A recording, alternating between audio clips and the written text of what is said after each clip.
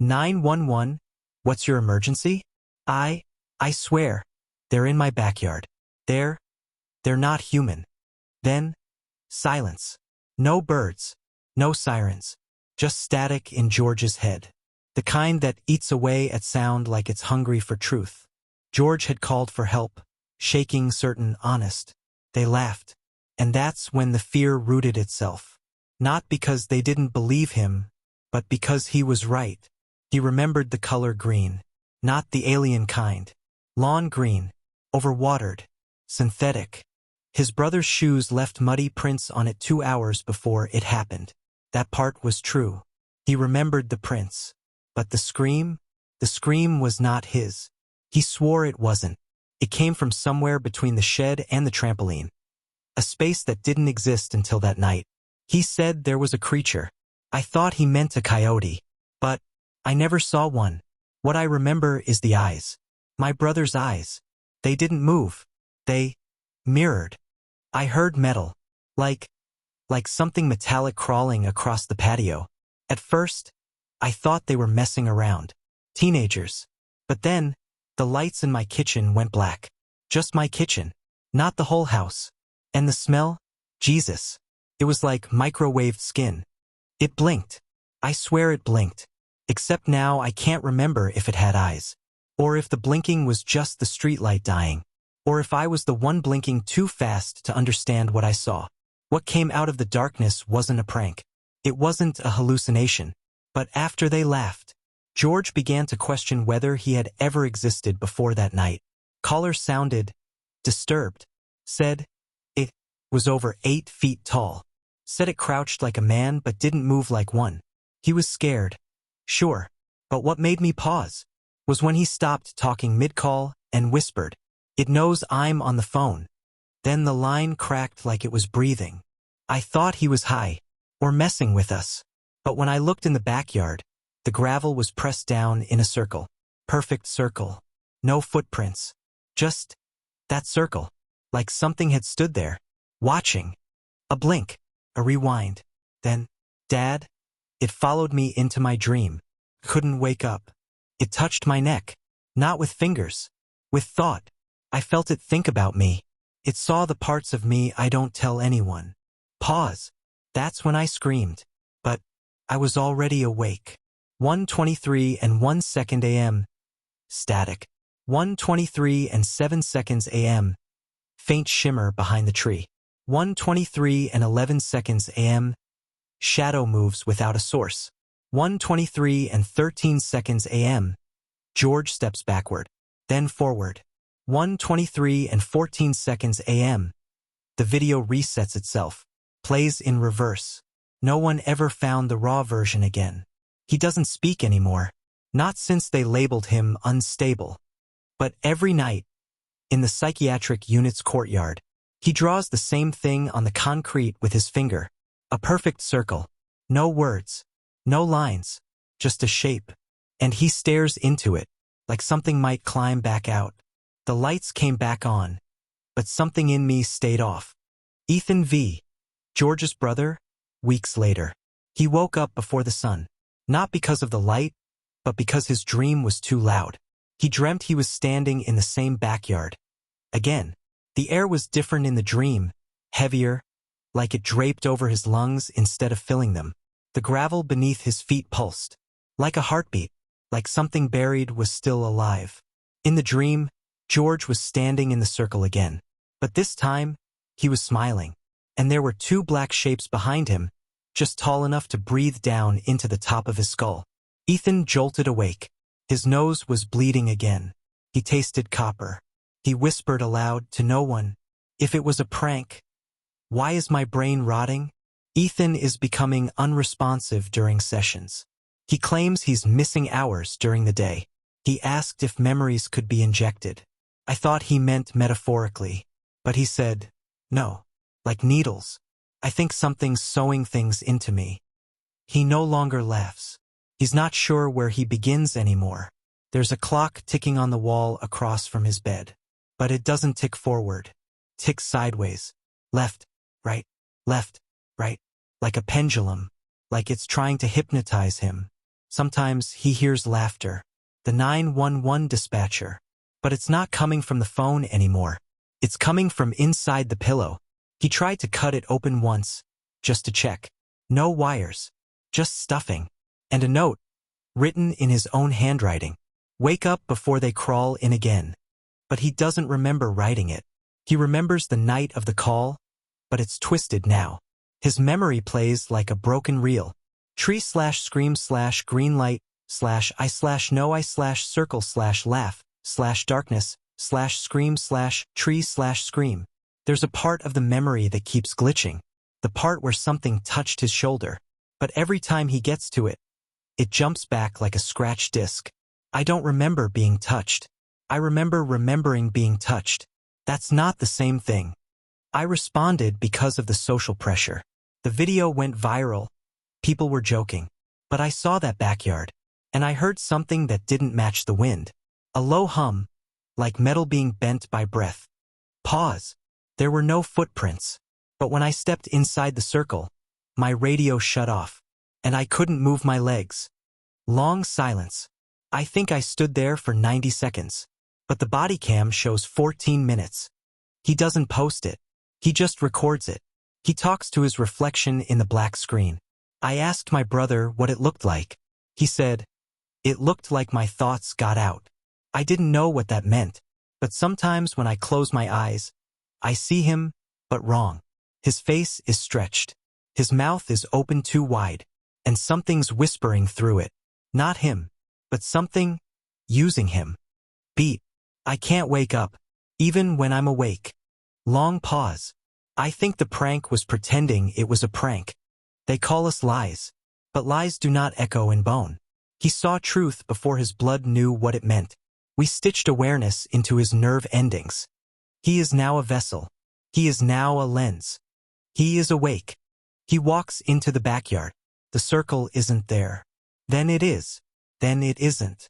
Then it's burning. Then it's a doorway. Then it's a mirror. He steps into it. Suddenly, he's on the floor of the 911 call center, bleeding from the ears, holding the receiver. He hears a voice from the other end. "Why did you call? You already knew we were coming." George drops the phone. His hands are glowing, but only in the reflection. Earlier this month, the so-called backyard alien incident was deemed a viral hoax by Las Vegas PD. But the officer who responded, now on medical leave, has not returned any calls. His last tweet, now deleted, simply read, "Don't stand in the circle. Don't answer if it knocks twice." They made fun of him, but I saw what he saw, and now it's in me too. What's worse, seeing something no one believes, or becoming something they can't explain? I remember what the thing smelled like, but I don't remember breathing. Ethan V.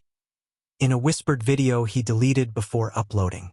There was no flashlight, no camera, no reason to be outside that late. But I was there, because the memory says I was, and it's louder than the truth. I remember the dirt under my fingernails, but I don't remember digging. I remember the sky caving in like it was folding itself inside out, but no one else saw it. I remember a voice inside my stomach whispering, "You were built to forget." But I never remembered forgetting. So how am I still screaming? The notebook was discovered between the mattress and wall. Leather-bound. Pages smelled of mold and something like ash. Each entry was written in Ethan's own handwriting, confirmed by school records, handwriting experts, even his own dad. But Ethan swore, "I didn't write those. I don't even think like that." He refused to touch the notebook. But the entries told a different story. I saw George talking to something behind the shed again. He wasn't using words. His mouth wasn't moving. But I could hear his thoughts like they were on the radio. He told it my name, and I felt something wrap around my spine. Not physically. Emotionally. I don't think I'm alone in my body anymore. My dreams are now showing me places I've never been. But they smell like childhood. I saw the inside of a spacecraft, or maybe it was my school cafeteria. Either way, the walls pulsed. They knew I was watching. There's a word that keeps appearing in my head. Recollection loop. Like the memory is stuck on repeat. But every time it plays again, It shows me one more second. One more scream. One more face without features. He's stopped answering to his name. The doctors say psychotic break. But George insists something crawled in through the call. He's obsessed with light now. Refuses to be near anything that flickers. His whisper is constant. If they flicker, they're trying to send static into your blood. It's how they rewrite your thoughts. Don't let the lights touch your dreams. One night, he begins clawing the inside of his wrist. Not to cut, but to remove something. He murmurs, "It's under the skin. The memory they gave me. It doesn't belong to me. I never saw what I remember seeing." He wrote something strange on the board before class. It looked like a spiral, but if you stared long enough, it pulsed. It made me dizzy. I asked him to erase it. He just blinked like I hadn't spoken. Then he said something that keeps echoing in my head. If I drew it, it would come back. If I erased it, it would stay. I don't think that makes sense. But I've been dreaming about spirals ever since. We saw the TikTok videos first. Thought it was a joke. Then that weird circle burned into the ground behind their shed. Overnight. Like scorched soil in a perfect ring. But it didn't smell like fire. It smelled like ozone and rot. Reporter asks, "And did you report it?" No. I didn't want to end up like the brothers. Seeing things in mirrors that weren't me. He's standing in front of the notebook. He doesn't remember opening it. Doesn't remember sitting down. Doesn't remember turning the page. But suddenly, his hand is writing. The pen moves. His muscles burn. His vision blurs. He's writing a word he doesn't know how to spell. Exognosia. And below it, "I can only remember what they allow." He stares at the camera. Not blinking. Behind him, the window is open. But the curtains don't move. He says, "They don't take your memories. They rewrite them. Like graffiti in your mind. And every time you try to remember something real, you see their signature instead." He lifts his hospital gown to show his ribs. Carved like scratch marks across his skin are 4 symbols. All spirals. Each one facing a different direction. Then he starts laughing. Then crying. Then both at once. The screen goes black. I know this wasn't a prank. Not because I believe George. But because I don't believe myself anymore. I remember screaming on the night it happened. But I wasn't even outside. I remember writing the diary. But I didn't. I know I didn't. But I also know how it ends. Beat. Page 72 is blank. But when I stare at it long enough, words start bleeding through. He lifts the notebook to the camera. There's no ink. But in the light, the page warps. Like it's breathing. You think reality is something you share with others. But what if reality is just a parasite with excellent timing? What if memory is the thing that lies the most? And the only truth is the fear you can't explain? Memory is not what happened. It's what was left behind after the trauma rewrote itself. You're standing in the backyard again. Except, it's not yours. The grass is wet, but it hasn't rained. The sky's too low, like it's leaning in, listening. There's static in your teeth. Something's buzzing under your skin like you swallowed a live wire. And the circle is still there, only now it's breathing. You don't want to look, so it shows you anyway. The circle has rules now. Don't look at it too long. Don't stand inside it after 2:03 a.m. Don't bring mirrors near it. He didn't learn these rules. He remembered them, but he doesn't remember how he remembered. Every time he dreams, the sky above the circle peels back like burned paper. He sees shapes, tall ones, but not walking. They glide like wind pretending to be people. In the dream, George stands in the circle. He's always smiling, but his eyes are mirrors. Footage, Room 6, George V. Subject awakens abruptly. At exactly 2:03 a.m., George stands straight up in bed. His hands are twitching. Then he speaks loudly. "They made me watch.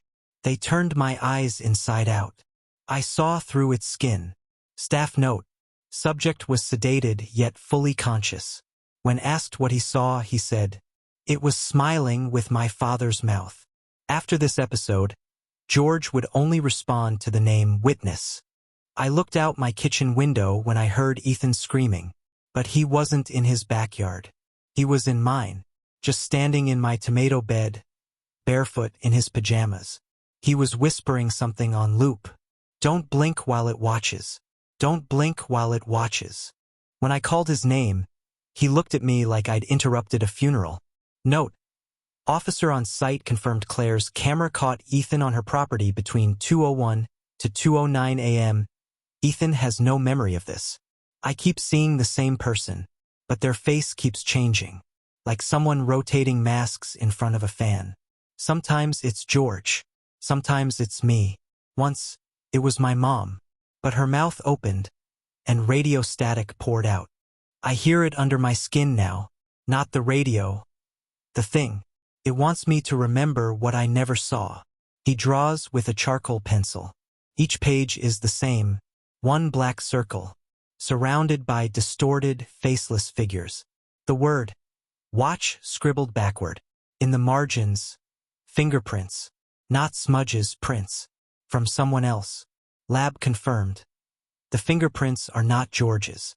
You were never meant to see us, but your scream created a door. And now we see through you. The prank was pretending you had a choice. Inside his closet, taped to the inside of the door, his father finds a hand-drawn map of the backyard. Coordinates. The phrase 203 happens everywhere, circled in red. Underneath, if they made me watch, then who's watching them? Recovered from Ethan's Google account. Date: unknown. Video length: 13 minutes and 37 seconds. Title: It moved in light, not shadow. Footage begins shaky. Nighttime. No one visible. Suddenly, a flash of greenish-blue light. Then the backyard, lit like an operating room, completely silent. Except, there's a hum, like a choir singing backwards underwater. At timestamp 6:21, something tall moves through the circle. It's not walking. His torso bends in 4 directions at once. His head splits into 2, then folds back together. A whisper comes from behind the camera. Why do I remember this? If it hasn't happened yet, the camera cuts to black. Ethan's face appears briefly at the end, but his eyes are completely white. They put things in me I don't know how to dream about yet. I'm remembering someone else's fear. It doesn't belong to me, but it knows my name. Every time I close my eyes, I'm not blinking. I'm entering their theater. They built it inside my trauma. I'm not the victim. I'm the lens. The circle isn't on the ground anymore. It's in my reflection. They didn't want to be seen, but they left me eyes that never shut. Most people forget what they're told to forget, but trauma doesn't care about your permission. It remembers for you, sometimes in the shape of something with no mouth, just eyes that echo.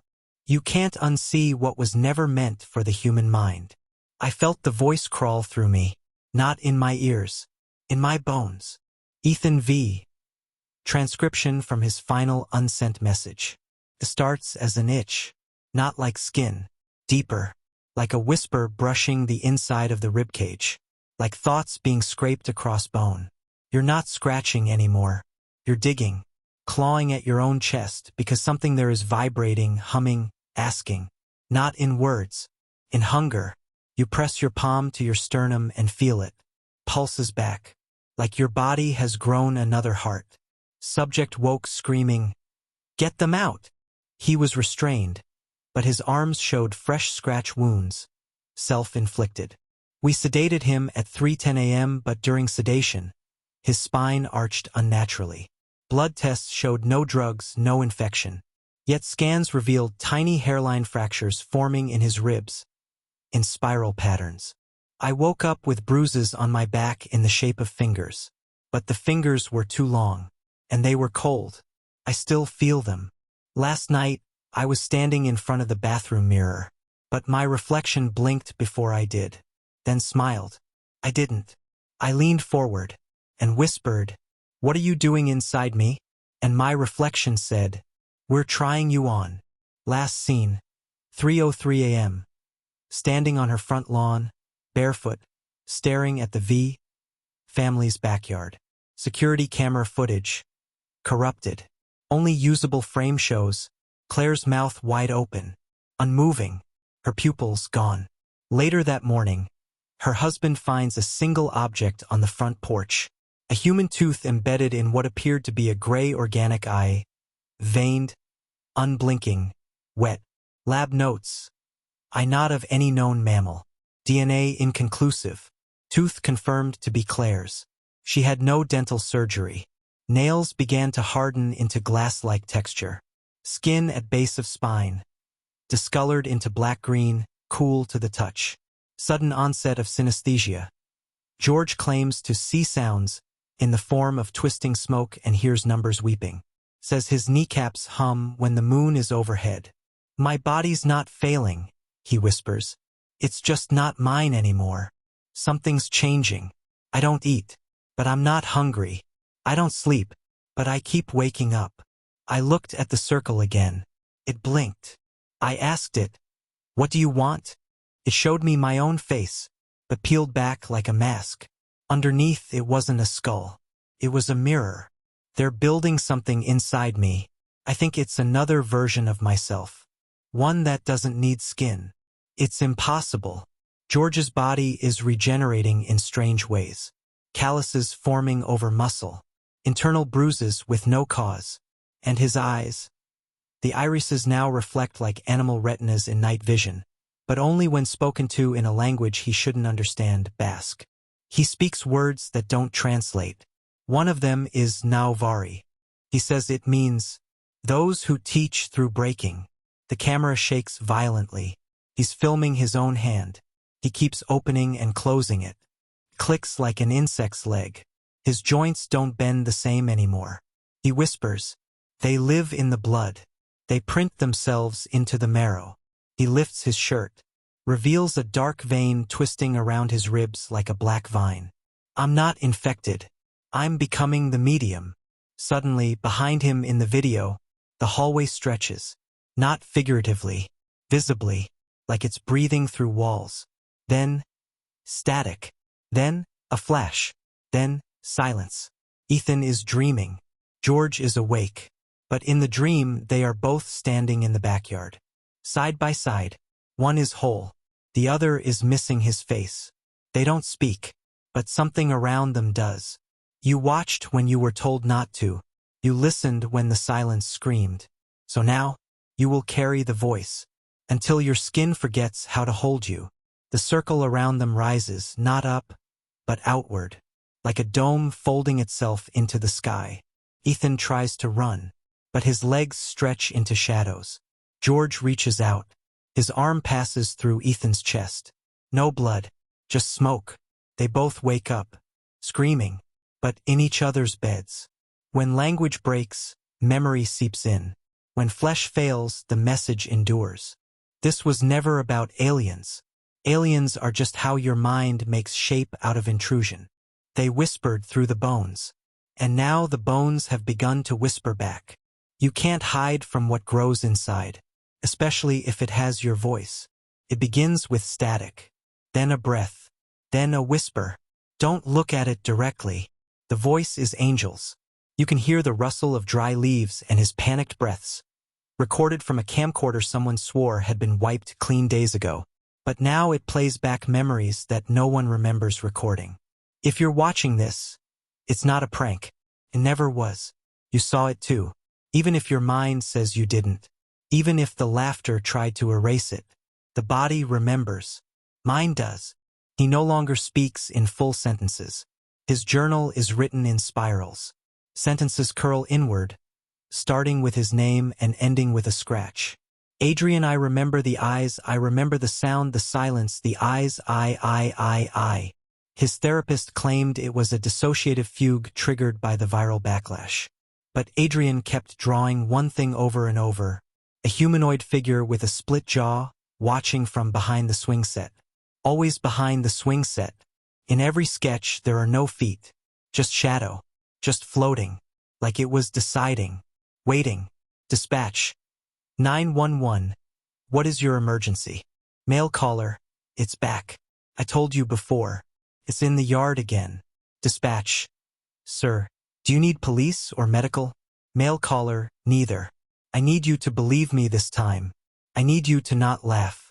Inaudible static. Dispatch. Sir, what exactly is in your backyard? Male caller, it's tall. No hair. Skin like wax. And silence.